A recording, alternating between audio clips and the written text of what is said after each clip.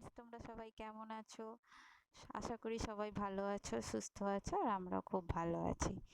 কালকে বাবিনের বার্থডে ছিল, তো ভীষণভাবে এক্সাইটেড ছিল। ও কিছুই বোঝে না, বাট ওর হাবে ভাবে বোঝা যাচ্ছিল ও খুব খুশি ছিল। এমনিও লোকজন ভীষণ পছন্দ করে। তো স্নান সেরে ওকে একটা নতুন জামা পরিয়ে বসিয়ে দিয়েছিলাম, যে সবাই যাতে ওকে আশীর্বাদ করে। সেই জন্য আশীর্বাদের একটু তোড়জোড় চলছিল। সেরকমভাবে কাউকে ইনভাইট করিনি, শুধু আমার বাপের বাড়ি থেকে আমার বাপি, মা, দাদা, বৌদি এদেরকে আসতে বলেছিলাম। তো তাই ওরা এসেছিল। তো বাবিনকে প্রথমে আশীর্বাদ করছে আমার শ্বশুরমশাই। ওনার আশীর্বাদ সব সময় ওর মাথায় থাকুক, এটাই প্রার্থনা করি। তো তারপরে একে একে চলছে মিষ্টি খাওয়ানোর পর্ব, কিন্তু কিছুতেই তো মিষ্টি একদম পছন্দ করে না। যা খেয়েছে একটু, তারপরেই করলেন আমার শাশুড়ি মা।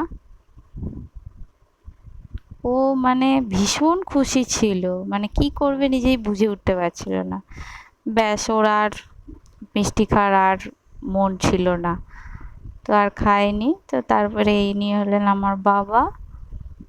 তো বাপিকে ভীষণভাবে বাবিন ভালোবাসে, মানে বাপির কোল ছাড়া করে না একদমই। বাপি তারপর আশীর্বাদ করলো ওকে একটা ব্রেসলেট দিয়ে, সোনার। ও মানে ভাবছিল এটা কি, ও নিয়ে সেটা খেলতে শুরু করতে দিয়েছিল। তো তারপরে ওকে ব্রেসলেটটা পরানোর চেষ্টা করা হলেও ও কিছুতেই ব্রেসলেটটা পরতে চাইছিল না। তো আমার বৌদিও চেষ্টা করছিল, কিন্তু ওর কিছুতেই পরবে না। তো ওর মানে সম্মতি ছাড়া কোনো কাজই ওকে দিয়ে করানো যায় না। এরপরে আশীর্বাদ করলো আমার মা। দেখে নাও আমার পরিবারের সবাইকে, তোমরা একটু ভালোভাবে দেখো।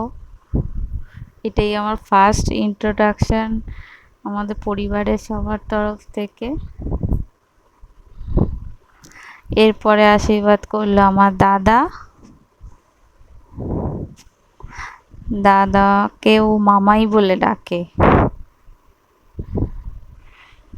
তো টাকা গোছাতে ব্যস্ত ছিল তখন, মানে টাকাগুলো পেয়ে ওই প্লেটে রাখছিল, তুলছিল, এই নিয়েও খেলা করছিল।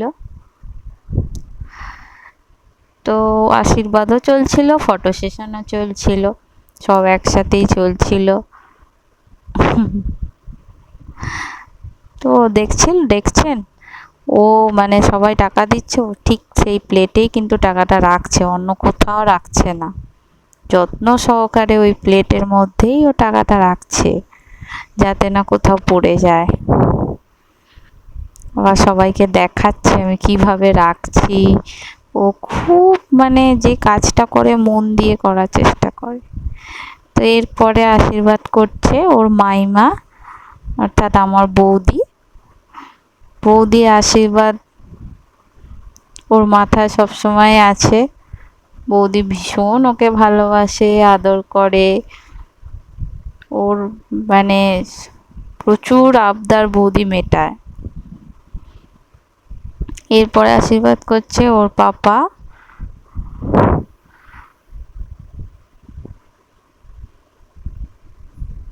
তো পাপা আশীর্বাদ করছে, পাপাও টাকা দিল। ও আবার ওই প্লেটের মধ্যেই কিন্তু সুন্দরভাবে রেখে দিল। এরপরে আশীর্বাদ করছি আমি। আমার অবস্থা খুবই খারাপ, একটা শাড়ি পরারও টাইম ছিল না, মানে এতটাই ব্যস্ত ছিলাম সকাল থেকে, যার জন্য মানে একটা ভালো যে ড্রেস পরবো সেই ড্রেস পরারও আমি টাইম পাইনি। মানে আশীর্বাদের পরেই আবার ওকে খাওয়ানোর একটা ব্যাপার আছে, তারপর সবাইকে খাওয়ানোর ব্যাপার আছে। এই কারণে আমার আর রেডি হয়ে ওঠা হয়নি, তাই ওই অবস্থাতেই আমি আশীর্বাদ সেরে নিয়েছিলাম। তো দেখছেন ও এখন সব গিফটগুলোকে গুছিয়ে রাখছে। এরপর চলছে ফটো সেশনের পালা। প্রথমেই বাপি মায়ের সাথে ও ফটো তুলে নিয়েছে। ওর কিন্তু সব সময় ওই গিফটগুলোর টাকাগুলো ঠিকঠাক আছে কি না সেইগুলো মানে দিকে নজর রাখা। তারপরেই একে একে সবাই ফটো তুলছে ওর সাথে। ফটো তোলা কমপ্লিট হচ্ছেই না, আমারও খুব তখন মনটা পড়ে আছে যে ওকে আমাকে খাওয়াতে হবে, কারণ ওকে খাওয়ানো মানে একটা বিশাল বড় যুদ্ধ। ওর খাওয়া হয়নি মানে আমার একটা মাথার মধ্যে টেনশন থাকে যে ওকে খাওয়াতে হবে।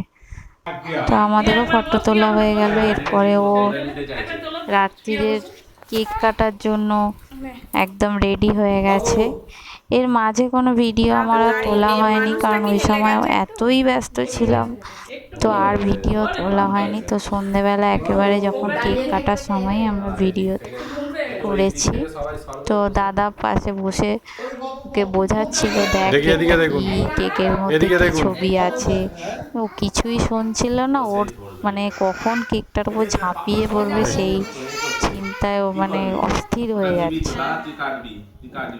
তো সবাই তখন ওর দিকে তাকিয়ে ছবি তোলা, ভিডিও করা এই চলছিল, এবং শেষে অ্যাট লাস্ট আমরা তিনজনে একসাথে কেকটা কাটছিলাম। তো এই মোমেন্টসটা খুবই একটা মানে মেমোরেবল। প্রতিটা বার্থডে যেন আমরা এইভাবেই আনন্দ করতে পারি। আর ভগবানের কাছে প্রার্থনা করি যে ও যেন একটা ভবিষ্যতে মানুষের মতো মানুষ হয়, সবাইকে সম্মান করে, সবাইকে ভালোবাসে, আর বিশেষ করে প্রতিটা নারীকে যেন ও সম্মান করতে পারে।